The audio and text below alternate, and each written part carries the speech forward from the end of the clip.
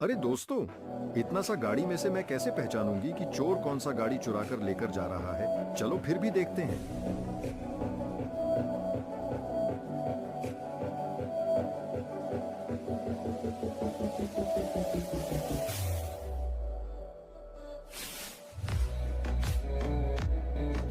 लगता है चोर ने इसी गाड़ी के चुराया है, इसको देखने से पहले।